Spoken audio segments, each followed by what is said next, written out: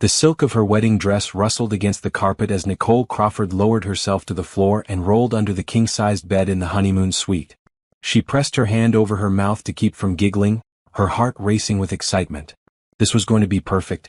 Brandon would walk in expecting to find his beautiful bride waiting on the bed, and instead she would grab his ankle and scare him senseless. It was exactly the kind of playful joke that had made him fall in love with her, or so she believed. The clock on the nightstand showed 11:47 p.m. The reception had ended 20 minutes ago, and Brandon had said he needed to speak with his mother Patricia about something important before joining Nicole. She didn't mind waiting. After 2 years of dating and 6 months of engagement, what was another few minutes? Nicole stared at the bottom of the mattress above her, still unable to believe this day had finally come. She was Mrs. Brandon Mitchell now. Her mother would have been so proud. When cancer took her mother 3 years ago, Nicole thought she would never feel whole again. Then Brandon appeared at a charity gala, charming and attentive, and slowly brought color back into her world. He supported her through the grief, encouraged her work at the tech company her mother had left her, and made her believe in love again. The suite door clicked open. Nicole held her breath and prepared to spring out. But then she heard heels, 2 sets of them, clicking against the marble entryway. That was strange. She pressed herself flatter against the floor and peered toward the door. 2 pairs of expensive shoes came into view. One pair she recognized immediately, the red-soled designer heels Patricia always wore. The other pair was unfamiliar, black stilettos with silver buckles. Nicole's stomach tightened. What was Brandon's mother doing in the honeymoon suite? And who was with her? "Close the door," Patricia's voice commanded. "We need to talk where no one can hear us." The door closed with a soft click that somehow sounded like a gunshot to Nicole's ears. "This is risky, Patricia," another woman's voice said. Nicole didn't recognize it. The voice was younger than Patricia's, smoother, with an edge of anxiety. What if she comes up? Brandon is keeping her busy downstairs. He'll make sure she stays at least another 30 minutes. That's more than enough time. The 2 women moved further into the room. Nicole could see them now through the gap between the bed skirt and the floor. Patricia sat on the edge of the bed directly above her, causing the mattress to dip slightly. The other woman remained standing. She was tall, with long straight hair and legs that seemed to go on forever. She wore a form-fitting black dress that Nicole now remembered seeing at the reception, though she couldn't recall where. "I can't believe you actually pulled this off," the standing woman said. 2 years. 2 years of watching him play house with her, pretending to love her, sleeping in her bed. "Do you know how hard that's been for me?" Nicole's blood ran cold. "Veronica, please," Patricia said with obvious irritation.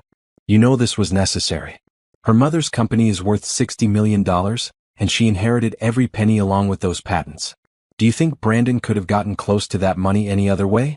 She's not stupid. She would have seen through him in a month if we hadn't planned everything perfectly." I know. Veronica began to pace. Nicole watched her feet move back and forth, each step driving a nail deeper into her chest. "But now it's done, right? Now he can finally—" "Not yet," Patricia cut her off. "Now the real work begins. He needs to get access to her accounts, get his name on the company paperwork, position himself to take control when the time is right. These things take time. 6 months, maybe a year." "A year?" Veronica's voice rose sharply. "You said 6 months maximum when this started. Then it was a year. Then it was after the engagement. Now you're telling me I have to wait another year while he secures our future," Patricia said firmly. "Our family's business is 3 months away from bankruptcy, Veronica. 3 months. Everything my husband built, everything I've worked to maintain since he died, will be gone unless we do this. Brandon understands that. You need to understand it too." Nicole's hands were shaking. Her whole body was shaking. She wanted to scream, to crawl out from under this bed and claw their eyes out, but she couldn't move. It felt like something heavy was sitting on her chest, pressing all the air out of her lungs. "She trusts him completely," Veronica said bitterly. "You should see how she looks at him. It makes me sick." "That's the point," Patricia replied. "That's exactly the point. Her trust is our greatest asset. As long as she believes Brandon loves her, she'll give him anything he asks for. And he's very good at asking." The mattress shifted as Patricia stood up. Nicole watched the red soles of her shoes move toward Veronica. "Now listen to me carefully," Patricia said. "Tonight is critical. Brandon needs to consummate this marriage and establish himself as a devoted husband. After tonight, you will not contact him directly for at least a month. We can't risk any mistakes now that we're so close. I've been his girlfriend for 5 years, Patricia. 5 years. Before he ever knew Nicole Crawford existed. And you're telling me I have to disappear while he plays husband with another woman? I'm telling you that if you ruin this for us, you will have nothing. No Brandon, no money, nothing. Is that what you want? A heavy silence fell over the room. Nicole realized she had stopped breathing entirely. She forced herself to take a small, silent breath. No, Veronica finally said. That's not what I want. Good. Then we understand each other. Now let's get back downstairs before anyone notices we're gone. Brandon should be wrapping up his conversation with those investors right about now. The two women walked toward the door. Nicole heard it open, heard the sound of the hallway outside, heard Patricia's voice one more time. 1 year, Veronica. 1 year and you'll have everything you ever wanted. Brandon, the money, a life without worry. Just be patient. The door closed. Nicole lay under that bed for a long time. She didn't know if it was 5 minutes or 50. At some point, the tears started falling, streaming sideways across her temples and into her hair. They weren't loud, dramatic tears. They were silent, almost peaceful, like rain against a window. Everything made sense now. The way Brandon had pursued her so intensely after her mother's death, when she was vulnerable and desperate for connection. The way he always seemed to know exactly what to say to make her trust him. The way Patricia had welcomed her into the family with open arms, calling her the daughter she never had. It was all a lie. Every moment, every kiss, every whispered promise. She had built her happiness on sand, and now the tide was coming in. Nicole heard the door open again and quickly closed her eyes, keeping her breathing even. Heavy footsteps this time, Brandon's Italian leather shoes, the ones she had bought him as a wedding gift. He walked to the bathroom and she heard water running, heard him humming to himself. Her husband. Her betrayer.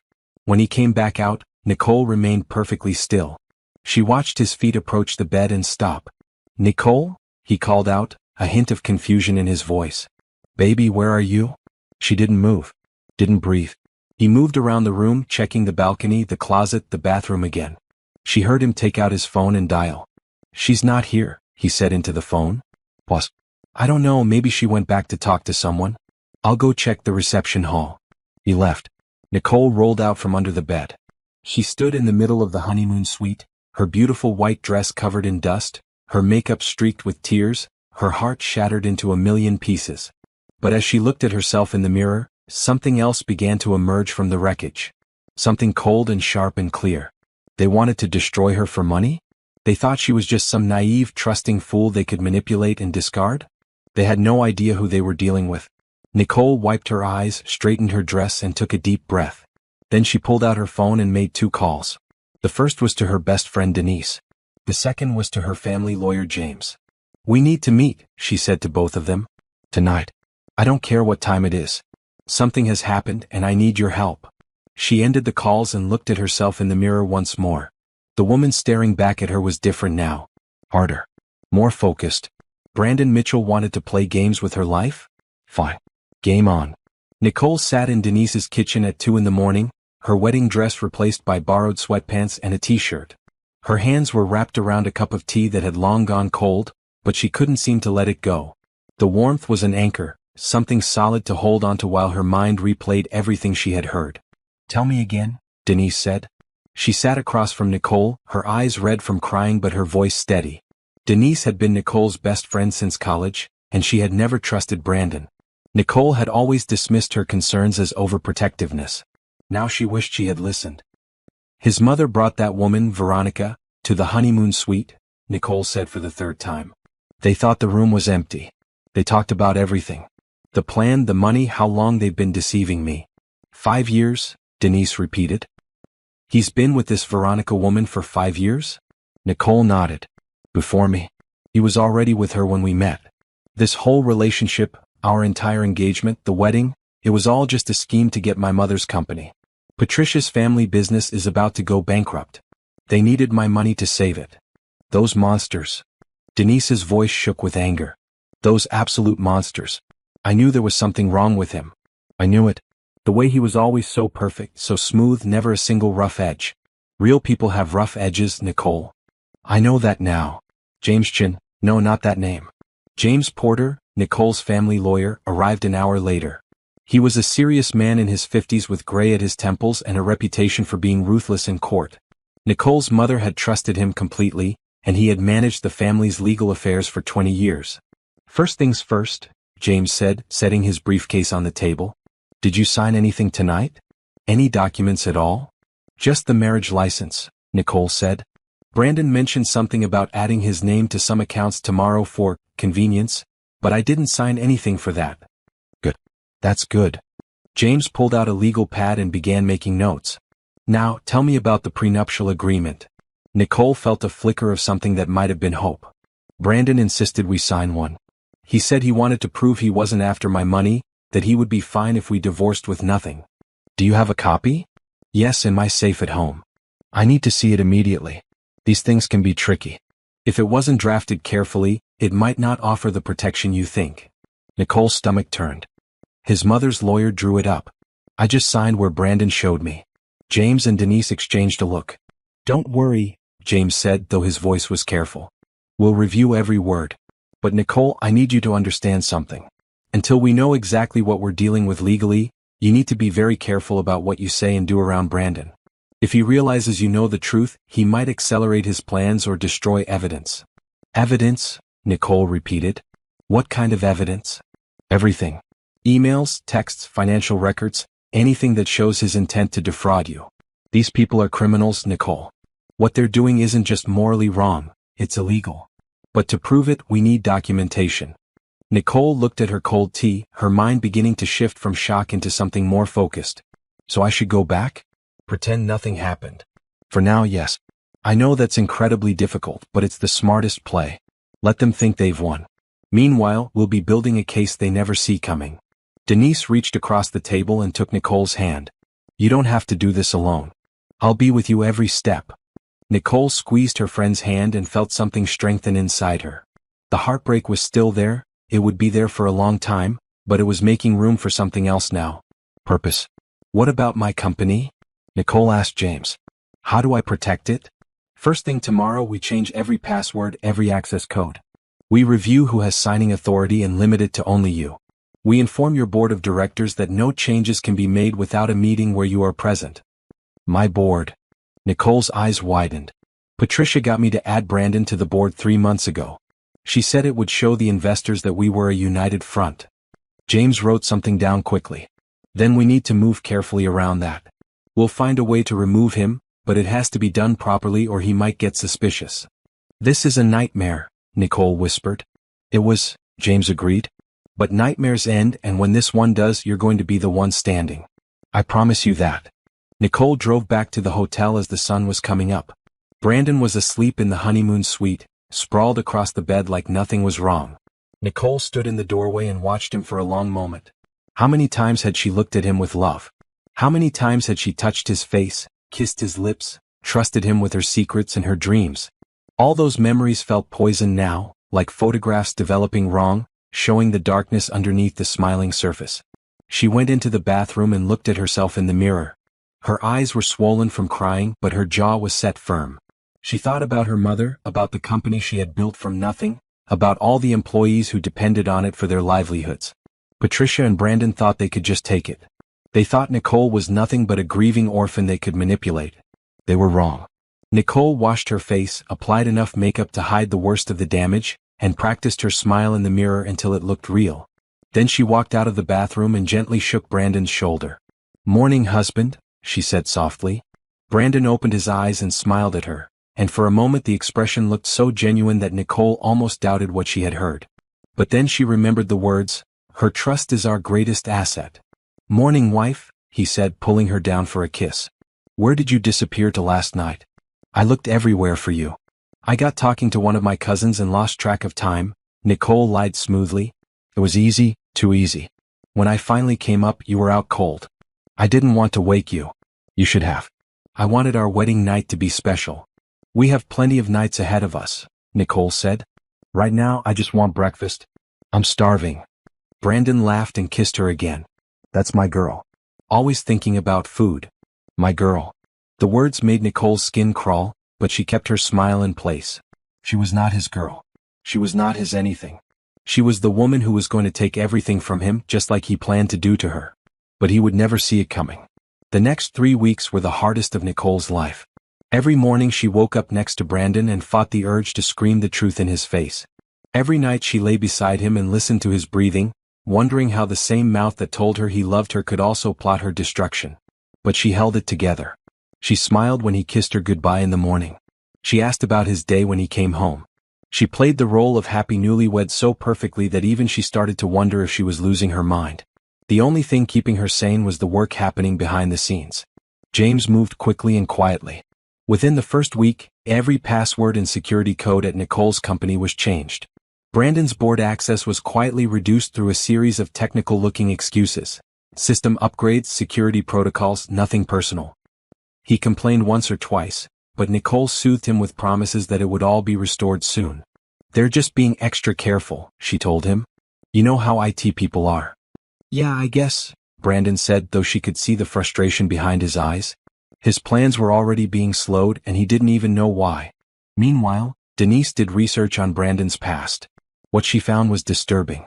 5 years ago, Brandon had been engaged to another woman, a young heiress named Michelle Torres. The engagement ended suddenly, and Michelle refused to speak about it publicly. But Denise had a friend who knew a friend, and eventually they got the story. "She caught him," Denise told Nicole over a private lunch. "Michelle caught him in lies about money. He had convinced her to put his name on some of her accounts, and when she started noticing discrepancies, he tried to gaslight her. She broke off the engagement and threatened to go public, but he had some embarrassing photos of her and used them as blackmail to keep her quiet." Nicole felt sick. "So I'm not even his first target." "No. You're just the first one he actually married. Which means he's getting bolder, more desperate. Or his mother is." Nicole started paying closer attention to Patricia. Her mother-in-law visited at least twice a week, always with suggestions about how Nicole should handle her finances, her company, her life. Before, Nicole had seen this as caring maternal advice. Now she recognized it for what it was: reconnaissance. "You should really let Brandon handle the investment accounts," Patricia said one afternoon over coffee. "He has such a head for numbers. And it would free you up to focus on the creative side of your business." "That's a good idea," Nicole said pleasantly. "I'll think about it." She had no intention of thinking about it, but she noted every suggestion Patricia made, every piece of information she tried to extract. It all went into the file James was building. The prenuptial agreement turned out to be exactly what Nicole feared, full of loopholes that Brandon could exploit. But James found something interesting buried in the fine print.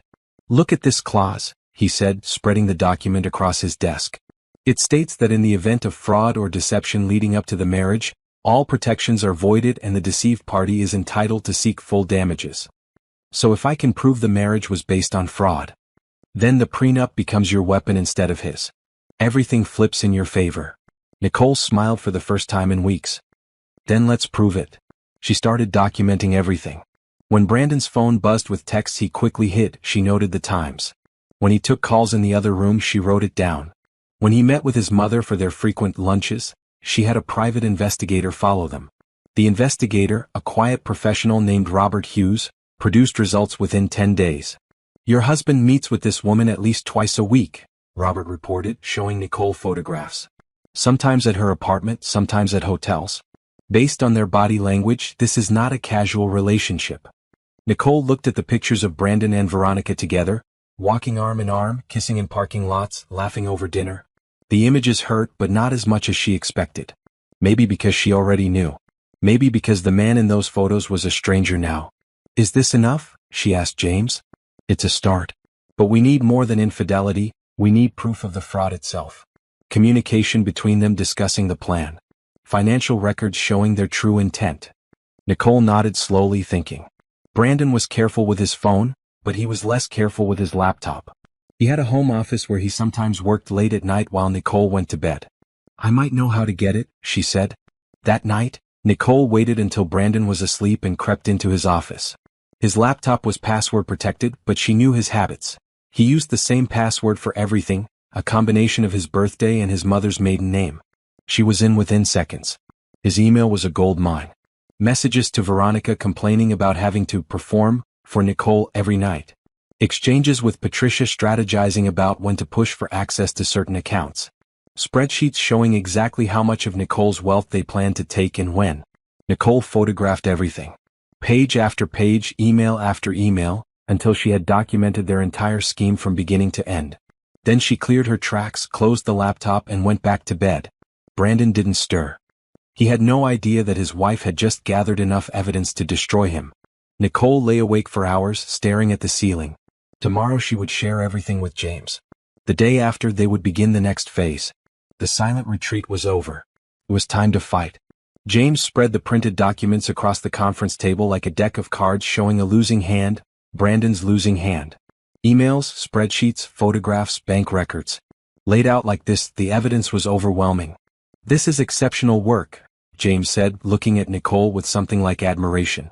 "Most people in your situation would have confronted him immediately. You showed remarkable restraint." "I learned from my mother," Nicole replied. "She always said the best revenge is making them think they're winning right up until the moment they lose." "Your mother was a smart woman." Nicole looked at the evidence and felt a strange mixture of vindication and sadness. These papers represented her entire marriage. Every tender moment, every shared laugh, every whispered promise. All of it reduced to proof of a crime. "What happens now?" she asked. "Now we prepare our case. When you file for divorce, we'll do it with all of this ready to present. Brandon and Patricia won't have time to destroy evidence or come up with excuses. We'll hit them fast and hard." "And the fraud charges?" "Those will file separately with the prosecutor's office. Criminal proceedings take longer, but the evidence here is strong. Brandon could face serious jail time." Nicole nodded. She had thought she would feel more satisfaction at this moment, but instead she just felt tired. Tired of the deception, tired of pretending, tired of being surrounded by enemies in her own home. "I want to do something first," she said, "before we file anything." James raised an eyebrow. "What did you have in mind?" "A dinner party. I want to invite everyone who matters, Brandon's business partners, Patricia's social circle, our mutual friends. I want them all there when the truth comes out." "A public exposure," James said slowly. "That's risky. If Brandon senses what's coming, he could try to get ahead of it, spin the story his way." "He won't sense anything. I've been playing the perfect wife for almost a month. He thinks I'm completely under his control." Nicole's voice hardened. "I want him to feel what I felt that night under the bed. I want him to look around a room full of people and realize that everyone knows exactly what he is." James studied her for a long moment, then smiled. "Your mother would be proud." "I hope so." They spent the next week planning every detail. The dinner party would be held at Nicole and Brandon's house, which made it even better. He would be exposed in his own home, surrounded by his own things with no escape. Nicole sent out invitations for Saturday evening, framing it as a celebration of their 1-month anniversary. "A month already," Brandon said when she told him about the party. "Time flies when you're in love." Nicole had to excuse herself to keep from laughing in his face. She also made preparations at her company. In a series of quiet meetings with her most trusted employees, she moved key projects to secure servers that Brandon couldn't access. She restructured several departments so that his limited board position had even less influence. And she began the paperwork to remove him from the board entirely, something that would go into effect the morning after the dinner party. Her employees were loyal and discreet. They had worked for Nicole's mother before her and they loved Nicole. When she explained that there were security concerns she was addressing, they asked no questions and followed her instructions exactly. The Friday before the dinner party, Nicole had lunch with Denise to go over final details. "Are you ready for this?" Denise asked. "Tomorrow your whole life changes." "My life already changed," Nicole said. "The night of my wedding, under that bed. Tomorrow I'm just making it official." "What about after? Have you thought about what comes next?" Nicole had thought about it. In fact, she had thought about little else during all those sleepless nights lying next to Brandon. "I'm going to focus on the company," she said. "Mom built something amazing and I've been letting myself get distracted. That stops now. I'm going to make it bigger than she ever dreamed." "And personally?" "Love, relationships. I don't know. Maybe someday. But not for a while. I need to trust myself again before I can trust anyone else." Denise reached across the table and squeezed her hand. "You're the strongest person I know, Nicole. You're going to get through this." "I know I am. I just wish it didn't hurt so much." That night, Nicole stood in her closet looking at the dress she would wear tomorrow. It was black, elegant, powerful, the kind of dress a woman wears when she means business. She thought about putting it on and walking down those stairs, seeing the room full of people, knowing what was about to happen. Brandon came up behind her and wrapped his arms around her waist. "Planning your outfit for tomorrow?" he asked, his chin resting on her shoulder. "Just trying to decide what makes the right statement." "You always make a statement.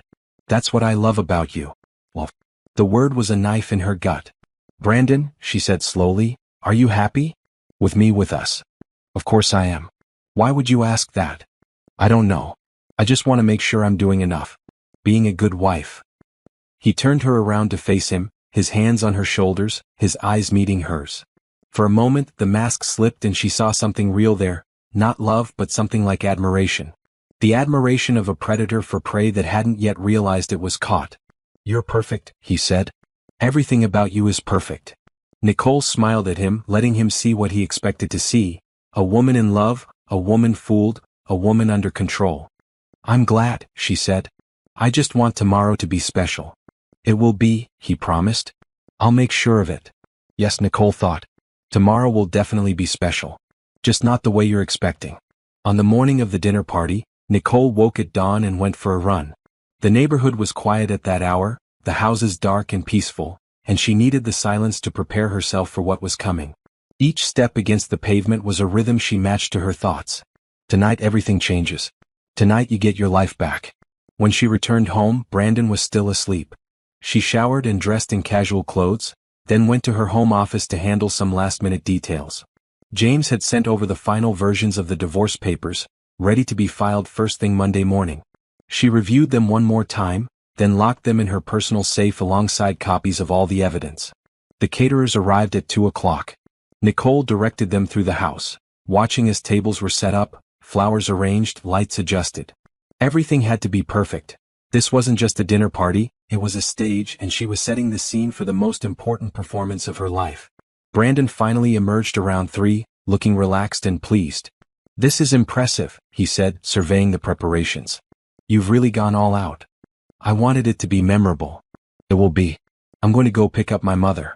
She's very excited to see the house all done up like this." "I'm sure she is." After he left, Nicole went upstairs to get dressed. She took her time with her makeup, her hair, her jewelry. The woman who looked back at her from the mirror was polished and powerful, showing no trace of the heartbreak underneath. Good. That's exactly what she needed. The guests began arriving at 6. Business partners Brandon had been trying to impress. Society friends of Patricia's who judged everyone by their net worth. A few of Nicole's actual friends, including Denise, who would be there for moral support. And of course, James Porter, who came early to ensure all their technical preparations were in place. "The audio system is ready," he murmured to Nicole as she greeted guests at the door. "Whenever you give the signal." "Thank you, James. For everything. Thank me after this is over." By 7 o'clock, the house was full. Conversations hummed, glasses clinked, laughter rose and fell in waves. Nicole moved through the crowd with practiced grace, playing the hostess, accepting compliments on her home and her marriage. Brandon stayed close, his arm around her waist, his smile never wavering. Patricia held court near the fireplace, telling stories about her son's wonderful qualities to anyone who would listen. Nicole waited until everyone was seated for dinner. 30 guests arranged around tables in the formal dining room, wine poured, appetizers served. This was the moment. She stood up from her seat at the head table and clinked her glass. "Everyone, if I could have your attention, please." The room quieted. All eyes turned to her. Brandon smiled up at her encouragingly. "I wanted to thank you all for coming tonight," Nicole began. "When Brandon and I got married a month ago, I thought I was starting the happiest chapter of my life. I thought I had found a man who loved me, a family who accepted me, a future full of promise." She paused, letting the words hang in the air. "I was wrong." A murmur rippled through the room. Brandon's smile flickered. "Nicole," he said cautiously, "what are you?" "On my wedding night," Nicole continued, her voice steady, "I hid under the bed in our honeymoon suite to surprise my husband. But he wasn't the first person to walk in. His mother was, along with his real girlfriend, Veronica." Patricia's face went white. Brandon started to rise from his chair. "And what I heard them say changed everything." Nicole turned to James, who stood by the door. "Play it." The room filled with sound. Patricia's voice, clear and unmistakable, explaining the plan to steal Nicole's money. Veronica's complaints about having to share Brandon. All the details of the scheme, broadcast through the home speaker system for every guest to hear. For 30 seconds no one moved. Then chaos erupted. Patricia stood up, knocking over her chair. "Turn that off. Turn it off right now." Brandon grabbed Nicole's arm. "What is this? What are you doing?" Nicole pulled away from him, her eyes cold. "I'm doing what you tried to do to me. I'm exposing you for exactly what you are." The recording continued, damning word after damning word. Guests were on their feet now, voices raised in shock and outrage. Brandon's business partners looked at him with disgust. Patricia's friends backed away from her as if she had a disease. This is fake," Brandon stammered. "She manufactured this. It's all lies." "It's not lies and you know it," Nicole said. "I have emails, texts, financial records, everything. Your whole plan documented from the beginning. The fraud, the conspiracy, the affair. All of it. You can't prove any of this. I already have." Nicole looked at him, and for the first time since that night under the bed, she let him see the real her, the anger, the hurt, the strength. "Did you really think I would just let you take everything my mother built? Did you really think I was that stupid?" Brandon had no answer. His face was the face of a man watching his world collapse, and there was nothing he could do to stop it. Patricia pushed through the crowd toward Nicole, her composure completely gone. "You little," she started, but James stepped between them. "I wouldn't finish that sentence if I were you," he said calmly. "Anything you say tonight can and will be used in the proceedings we're filing on Monday. Criminal fraud charges, civil suits, the works. So please by all means keep talking." Patricia closed her mouth, but her eyes burned with hatred. Nicole turned back to her guests, who stood in stunned silence. "I'm sorry you had to witness this," she said. "But I thought you all deserved to know the truth about the people you've been associating with. The Mitchell family built their reputation on deception and theft. Now you know what they really are." She walked out of the dining room and up the stairs without looking back. Behind her, she heard the sounds of guests leaving, doors closing, voices arguing. Brandon called her name, but she didn't stop. In her bedroom, she sat on the edge of the bed and let out a long breath. It was done. The truth was out. There was no going back now. Her phone buzzed. A text from Denise. "That was incredible. I'm so proud of you." Nicole smiled, really smiled for the first time in a month. The battle wasn't over, not even close. But tonight she had won the first round, and that was enough. The aftermath of the dinner party spread through the city like wildfire. By morning, everyone who mattered knew what Brandon and Patricia had done. By Monday, the news had reached social media, and the story of the scheming husband and his mother went viral. "Gold digger husband exposed," read one headline. "Bride's brilliant revenge," read another. Nicole stayed out of the spotlight as much as possible, letting James handle the media inquiries while she focused on the legal proceedings. The divorce papers were filed Monday morning, along with criminal fraud charges against both Brandon and Patricia.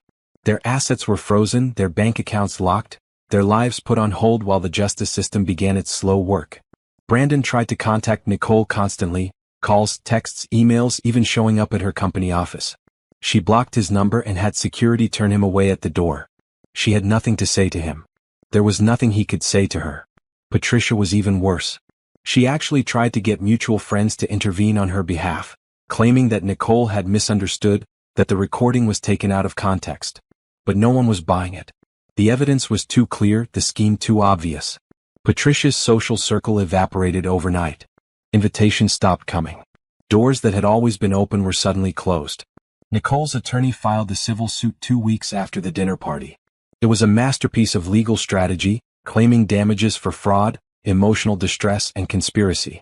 The prenuptial agreement, which Brandon had thought would protect him, was voided under the fraud clause and turned into a weapon against him. Everything he had hoped to gain from the marriage became leverage Nicole could use to take everything he had. The first court hearing was brief but satisfying. Brandon showed up with his own attorney, a clearly less experienced lawyer than James, and tried to argue that Nicole had overreacted, that their marriage was real, that he really did love her. James dismantled every claim with evidence. Emails in which Brandon called Nicole his mark. Text to Veronica complaining about having to touch his wife. Financial projections showing exactly how Brandon and Patricia planned to drain Nicole's accounts over the next 5 years. The judge looked at Brandon with undisguised contempt. "Mr. Mitchell, the evidence against you is substantial.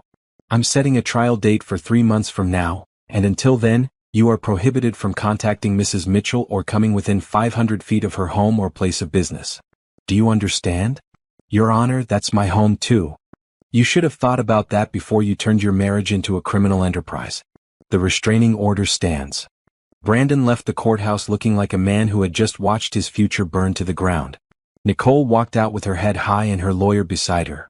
That went well, James said. It went perfectly. The next few weeks were a flurry of depositions, document reviews, and legal strategy sessions. Nicole threw herself into the work, grateful for the distraction. When she wasn't dealing with the divorce, she was at her company, pushing projects forward, meeting with investors, making plans for expansion. Her employees rallied around her. Word of what Brandon had tried to do had spread through the office, and everyone was furious on her behalf. They worked harder, stayed later, went the extra mile to make sure Nicole knew they supported her. "We've got your back," her head of engineering told her one afternoon. "Whatever you need." "Thank you," Nicole said, genuinely touched. "What I need is for us to have our best quarter ever. Can we do that?" "Absolutely." And they did. The numbers that quarter exceeded all projections, driven by the launch of a new product that Nicole had fast-tracked specifically to prove that her company didn't need Brandon Mitchell to succeed. The tech press covered the launch extensively, and the coverage was glowing. Meanwhile, Brandon's life continued to fall apart. Without access to Nicole's money, he had no way to save his mother's company. Within 6 weeks of the dinner party, Mitchell Industries filed for bankruptcy. Creditors swooped in, assets were seized, and the business that Patricia's husband had spent his life building was gone. Veronica predictably disappeared. The moment it became clear there was no money to be had, she stopped taking Brandon's calls. Nicole heard through the grapevine that she had moved to another city and was already looking for her next wealthy target. "Fitting," Denise said when she heard. "They deserve each other." "They deserve worse," Nicole replied. "But I'll settle for this." The criminal trial began in August. Nicole was called to testify about what she had heard that night under the bed, about the evidence she had gathered, about the pain and betrayal she had suffered. She spoke clearly and calmly, letting the facts speak for themselves. Brandon's attorney tried to trip her up on cross-examination, but she was prepared. Every question he asked, she answered directly. Every attempt to twist her words, she corrected immediately. "Mrs. Mitchell, isn't it true that you invaded your husband's privacy by accessing his laptop without permission?" "I accessed a computer in my own home to investigate what I believed was criminal fraud against me. I would do it again." "And you feel no remorse about publicly humiliating Mr. Mitchell?" "I feel remorse that I ever trusted him. I feel remorse for every moment I spent believing his lies. But exposing the truth? No. I will never feel remorse for that." The jury was only out for 4 hours before returning with a verdict: guilty on all counts. Brandon faced up to 10 years in prison. Patricia, who had been tried separately, got 7. Nicole didn't attend the sentencing. She didn't need to. The court had already given her everything she needed: validation that she had been wronged and justice for the people who had wronged her. She was having lunch with Denise when the news came through that Brandon had been sentenced to 6 years. "How do you feel?" Denise asked. Nicole thought about it for a long moment. She thought about that night under the bed, about the weeks of pretending, about the dinner party and the court hearings and all the pain in between. "I feel free," she finally said. "For the first time in years, I feel completely free." The legal proceedings against Brandon and Patricia stretched across several months, each court date bringing new revelations and deeper consequences. Nicole had prepared for a marathon, and that's exactly what she got. But with every step forward, she felt the weight of the last 2 years lifting from her shoulders. Brandon's defense strategy was predictable: deny, deflect, and paint Nicole as the real villain. His attorney argued that Nicole had entrapped him, that she had been cold and distant in their marriage, that any reasonable husband would have sought comfort elsewhere. The arguments were desperate and contradictory, and the judge saw right through them. "Counsel, are you seriously arguing that your client's infidelity justifies fraud?" the judge asked during one particularly ridiculous motion hearing. "Your Honor, I'm arguing that the full picture." "The full picture is in these documents," the judge cut him off, holding up one of the evidence files. "And the picture is very clear. Please don't waste the court's time." Patricia's defense was even weaker. She tried to claim that she was just a concerned mother trying to help her son find happiness, that the conversations Nicole recorded were taken out of context, that she never intended for anyone to be harmed. The jury didn't buy it for a second. The emails showing her coordinating the entire scheme from the beginning were too damning. During Patricia's trial, something unexpected happened. Other victims came forward. It started with Michelle Torres, Brandon's former fiancée. She had heard about the case and decided she was tired of staying silent. She contacted James and offered to testify about her own experience with Brandon, the lies, the financial manipulation, the blackmail when she tried to leave. "I was afraid before," Michelle told Nicole when they met. "He had those photos and I didn't want them getting out. But then I saw what you did, how you fought back, and I thought, if she can be that brave, maybe I can too." Her testimony added another layer to the prosecution's case, showing that Brandon's scheme against Nicole wasn't a one-time thing but a pattern of predatory behavior. 2 other women came forward after that. A former girlfriend Brandon had convinced to invest in a fake business venture, and a colleague Patricia had defrauded years earlier using similar tactics. "They're serial predators," James told Nicole. "This is what they do. They find vulnerable people and exploit them. You just happen to be smart enough to stop them." The civil trial concluded in September with a judgment entirely in Nicole's favor. Not only was she granted immediate divorce, but she was also awarded damages for fraud and emotional distress. Brandon was ordered to pay her a substantial sum, not that he had anything left to pay with. His assets had already been seized to cover other debts, and he would be spending the next several years in prison regardless. Patricia's civil judgment was even harsher. As the mastermind of the scheme, she was held liable for the full extent of the damages. Her house was sold, her bank accounts emptied, her remaining assets liquidated. The woman who had once presided over high society gatherings was left with nothing but a prison sentence and a permanent reputation as a con artist. On the day the civil trial ended, Nicole walked out of the courthouse and stood on the steps, looking up at the sky. The sun was shining, the air was crisp, and for the first time in what felt like forever, she felt light. Really, truly light. James came to stand beside her. "Congratulations," he said. "You did it. We did it. I couldn't have gotten through this without you. You would have found a way. You're a fighter, Nicole. Your mother would be proud." Nicole nodded, her eyes stinging. She thought about her mother often these days, her strength, her wisdom, her refusal to let anyone take advantage of her. Nicole had inherited more than a company from her. She had inherited a backbone. "What happens now?" she asked. "Now you live your life. Build your company. Maybe, when you're ready, let yourself be happy again." "Happy?" Nicole repeated, testing the word. "That sounds nice. You deserve it. After everything you've been through, you deserve every good thing that comes your way." Nicole smiled. She thought about the future, not a future with Brandon in it, thank goodness, but a future she would build for herself. A future she would choose. "Thank you, James," she said. "For everything." "My pleasure. Now go celebrate. You've earned it." That night, Nicole had dinner with Denise at their favorite restaurant. They ordered too much food and drank too much wine and laughed until their sides hurt. It felt like the old days before Brandon, before the grief, before everything got complicated. To Nicole, Denise said, raising her glass, "The strongest woman I know." "To us," Nicole replied, "for getting through this together." They clinked glasses and drank, and Nicole felt something settle inside her. After all the chaos and pain and fighting, she finally felt at peace.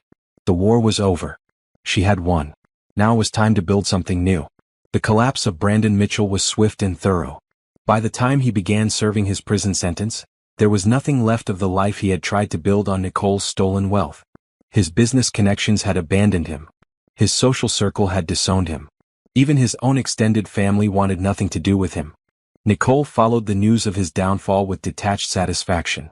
Not glee, that would require more emotional investment than she was willing to give. Just satisfaction that justice had been done and that her mother's legacy was protected. Patricia's fall was even more dramatic. She had spent decades building her reputation as a pillar of high society, and now that reputation was in ruins. The women she had called friends cut her off completely. The charities she had chaired removed her name from their boards. Her photograph, once featured in the society pages of every major publication, now only appeared in stories about fraud and deceit. During her trial, Patricia had broken down on the stand and begged for mercy, claiming she had only been trying to save her family's business. The judge was unmoved. "You tried to save your business by destroying an innocent woman," the judge said. "You orchestrated a campaign of fraud and manipulation that lasted years. You showed no mercy to your victim, and you will receive none from this court." 7 years. That was Patricia's sentence.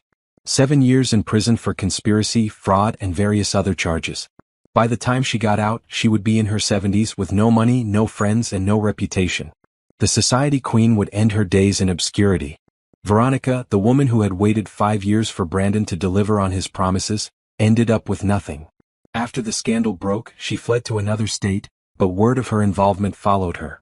2 different men she approached for relationships did background checks and discovered her history as a co-conspirator in a fraud scheme. Her dating prospects dried up overnight. Nicole heard through the grapevine that Veronica had taken a job as a waitress and was living in a small apartment outside Houston. Part of her felt a grim satisfaction at this news. A larger part felt nothing at all. Veronica had been a tool in Brandon's scheme, just like Nicole. The difference was that Veronica had chosen to be used, while Nicole had been deceived. As for Brandon himself, prison was exactly the humbling experience he deserved. A man who had spent his adult life manipulating wealthy women now found himself at the bottom of a different hierarchy entirely. His charm meant nothing behind bars. His good looks attracted the wrong kind of attention. His expensive education and refined manners just made him a target for inmates who resented anyone who thought they were better than others. He wrote to Nicole twice during his first month inside. She didn't open the letters, just forwarded them to James as potential evidence of any additional schemes. James reported that they were exactly what he expected. Self-pitying complaints about his situation, thinly veiled attempts to make Nicole feel guilty, and not a single word of genuine apology. He still doesn't get it, James said. He still thinks he's the victim. He'll have 6 years to figure it out, Nicole replied. Not my problem. With the legal battles behind her, Nicole threw herself fully into her work. Her company, which her mother had built from nothing 30 years earlier, was poised for major growth. The tech industry was booming, and the products Nicole's team had developed were perfectly positioned to capitalize on it. She started working longer hours, taking more meetings, pushing harder than she ever had before. Some nights she didn't leave the office until midnight, and some mornings she was back before dawn. Her employees worried about her, and Denise staged an intervention after Nicole missed 3 dinner plans in a row. This isn't healthy, Denise said. You're running yourself into the ground. I'm building something, Nicole replied. This is what building something looks like. You already built something. You won. Brandon is in prison, Patricia is in prison, you got everything they tried to take from you. What more do you need? Nicole didn't have a good answer for that. She just knew that if she kept moving, kept working, kept pushing forward, she didn't have to think about anything else. She didn't have to think about the fact that she had been married and divorced in the space of 6 months. She didn't have to think about the fact that the man she had loved, the man she thought had loved her, had been a complete fabrication. She didn't have to think about how lonely her big empty house felt at night. But Denise was right. She couldn't run forever. One evening, Nicole was working late in her office when she looked up and saw herself reflected in the window. The woman staring back at her looked tired, thin, older than her years. She looked like someone who had forgotten what it felt like to enjoy life. Nicole put down her pen and leaned back in her chair. She thought about her mother, who had worked just as hard to build this company but who had always made time for the things that mattered. Family dinners, weekend trips, friends and hobbies and laughter. Her mother had lived fully, not just professionally. I don't want to end up alone, Nicole said to her reflection. I don't want to be so afraid of being hurt that I never let anyone in again. The reflection didn't answer, but Nicole knew what she needed to do. She needed to start living again, really living, not just working. She needed to open herself up to new possibilities, even if that meant risking new pain. Starting tomorrow, she would make changes. She would work reasonable hours. She would keep her plans with friends. She would leave room in her life for something unexpected. She didn't know it yet, but something unexpected was already on its way. 6 months after the trial ended, Nicole's company launched its most ambitious product yet, a software platform that revolutionized how small businesses managed their operations. The launch event was held at a downtown convention center, with industry press, investors, and potential clients filling the auditorium. Nicole stood backstage, going over her presentation notes for the 100th time. She had given dozens of speeches over the years, but this one felt different. This was her first major public appearance since the scandal, and she knew everyone would be watching not just to see the product but to see her. Was she damaged? Weakened? Broken? She intended to show them she was none of those things. The lights went down and Nicole walked out onto the stage. The audience applauded and she let the sound wash over her. Then she began to speak. She talked about her mother's vision for the company. She talked about the team of brilliant people who had built this product. She talked about what the platform could do for businesses and why she believed in it so deeply. She did not talk about Brandon or Patricia or anything that had happened in the last 2 years. That chapter was closed. This was a new one. When she finished, the applause was thunderous. People rose to their feet, clapping and cheering. Nicole smiled, a real smile, the first one that hadn't felt forced in a long time, and took a bow. Afterward, there was a reception where potential clients could try the product and meet the team. Nicole worked the room, shaking hands, answering questions, doing the part of her job she had always secretly enjoyed most, connecting with people. That's when she met Michael. He was standing near the demo stations, watching one of her engineers walk through the software's features. Tall, with warm brown skin and kind eyes, he looked genuinely interested in what he was seeing rather than just networking like most of the other guests. "What do you think?" Nicole asked, approaching him. He turned and smiled. "I think this is exactly what my company needs. We've been looking for something like this for months." "That's good to hear. What company are you with?" "Foster Architecture. We're a mid-size firm, about 40 employees.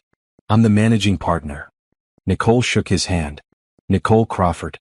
Nice to meet you. I know who you are. I've been following your work for a while." He held up a hand quickly.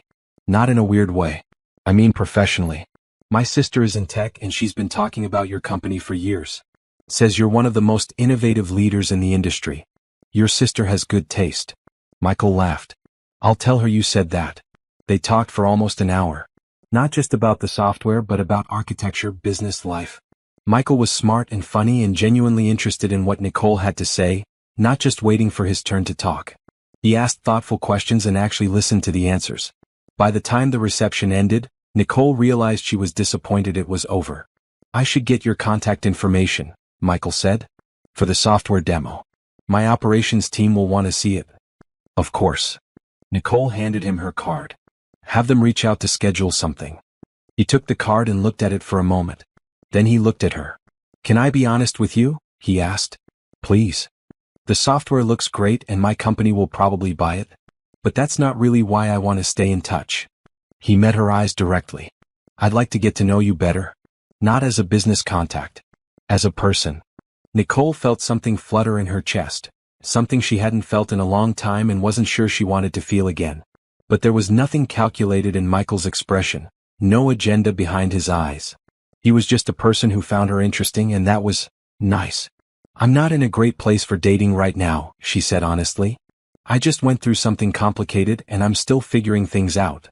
"I understand. No pressure." He put her card in his pocket. "But if you ever want to grab coffee and just talk, no expectations, no agenda, I'm around. Take your time." He gave her a final smile and walked away, and Nicole stood there for a moment, holding her breath. Then she let it out slowly. Maybe someday. But not yet. She threw herself back into work, but this time in a healthier way. She left the office at reasonable hours. She kept her dinner plans with Denise. She started running again in the mornings, feeling her body grow stronger, her mind clearer. And she thought about Michael. More than she wanted to admit. He had done exactly what he promised. Not pushed, not pressured, just sent occasional messages checking in, sharing articles he thought she might find interesting, generally being kind without asking for anything in return. 3 months after the launch, Nicole finally texted him, "Coffee still on the table?" His response came within minutes, "Absolutely. Name the time and place." They met at a small cafe near her office. The conversation picked up right where it had left off at the reception. Easy, natural, like they had known each other for years instead of months. Michael told her about growing up in Chicago, about his path to architecture, about his dream of designing buildings that brought communities together. Nicole told him about her mother, about the company, about what the last few years had been like. She didn't tell him everything, not yet, but she told him enough. And he didn't flinch. He didn't try to fix her or judge her or make it about himself. He just listened and said, "That sounds incredibly hard. I'm sorry you went through that." "Thank you," Nicole said. "I'm sorry I didn't reach out sooner. I just needed to be sure I was ready." "And are you? Ready?" She thought about it. She thought about the woman she had been before Brandon. Trusting, open, maybe a little naive. She thought about the woman she had become after. Stronger, wiser, more careful. She thought about the woman she wanted to be now. Someone who could be both strong and open, who could protect herself without closing herself off. "I think I'm getting there," she said finally. Michael smiled. "Then let's take it slow. No rush. Whatever you're comfortable with." And they did take it slow. Coffee dates became lunch dates, became occasional dinners. They talked and laughed and learned about each other.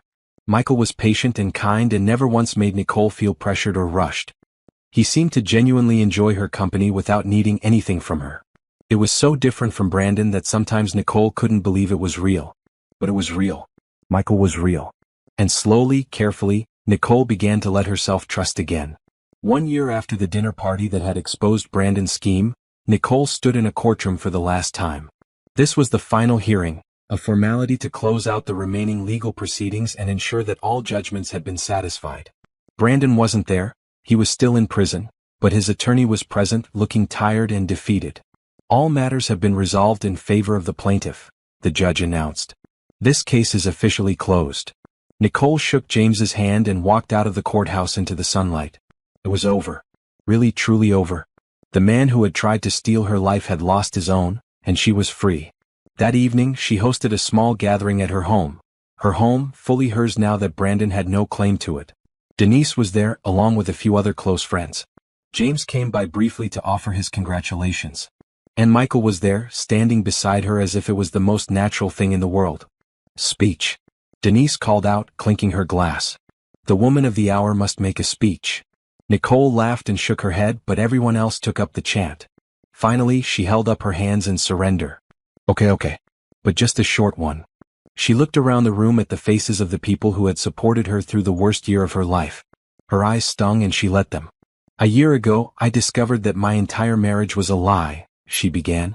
The person I thought loved me was just using me and I felt like the biggest fool in the world. I thought I would never trust anyone again. I thought I would never be happy again. She paused, collecting herself. But here's what I've learned. Betrayal doesn't have to define you. Being hurt doesn't make you weak. What matters is what you do next. You can let it destroy you or you can let it make you stronger. You can spend your life being afraid or you can take a risk and open your heart again. She looked at Michael, who smiled at her with so much warmth that she felt it in her bones. I'm not going to lie and say I'm completely healed. I still have hard days. I still have moments when I wonder if I can ever really trust again. But I'm trying. I'm putting myself out there. And I think that's all any of us can do. She raised her glass. To all of you for being there for me. To my mother who taught me how to fight. And to new beginnings. To new beginnings, the room echoed. Later, after the guests had gone, Nicole and Michael sat on her back porch, looking up at the stars. The night was quiet and clear, and Nicole felt a deep sense of peace that she hadn't experienced in years. Can I ask you something? Michael said. Of course. Do you ever think about him? Brandon? Nicole considered the question. Sometimes. Not with anger anymore, just sadness, I guess. Sadness for the person I thought he was and the life I thought we would have. But that person never existed and that life was never real. So mostly I try not to think about him at all. That makes sense. What I think about more is who I am now because of what happened. I'm stronger than I was. I know what I want. I know what I deserve. She turned to look at him. I know that I deserve someone who loves me for real, not someone who's just pretending. Michael took her hand. You deserve that and more. And I hope you know that's what I'm offering. Not a game, not a scheme, just me. Wanting to be with you. I know. That's why I'm here. They sat in comfortable silence for a while, holding hands and watching the stars. Then Michael turned to her with a slight smile. So, I've been thinking, he said. That sounds dangerous. He laughed. Hear me out. We've been together for 6 months now and I know that's not very long and I know you've been through a lot. But I also know that when you find the right person you just know. And Nicole, you're my person. You're it for me. Nicole's heart was pounding. What are you saying? Michael reached into his pocket and pulled out a small box. Nicole's breath caught in her throat. I'm not asking you to marry me tomorrow, he said quickly. Or even next year. I'm just asking you to say yes to a future together. Whenever you're ready, however long it takes. I'll wait. He opened the box, revealing a simple, elegant ring that somehow matched her taste perfectly. Nicole Crawford, will you marry me? A year ago, if someone had told Nicole she would be getting engaged again, she would have laughed in their face. The idea of trusting another man, making herself that vulnerable again? Impossible. Unthinkable. But here she was. And the man kneeling before her was nothing like Brandon. Michael was honest and kind and patient.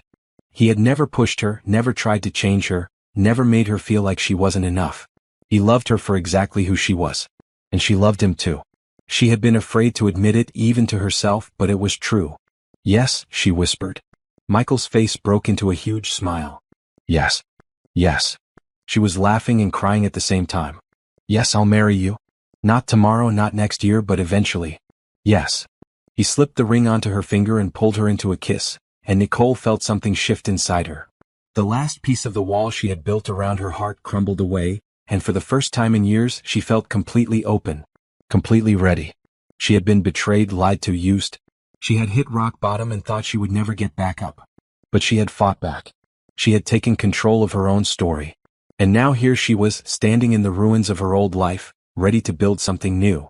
Something better. Something real. The revenge was complete.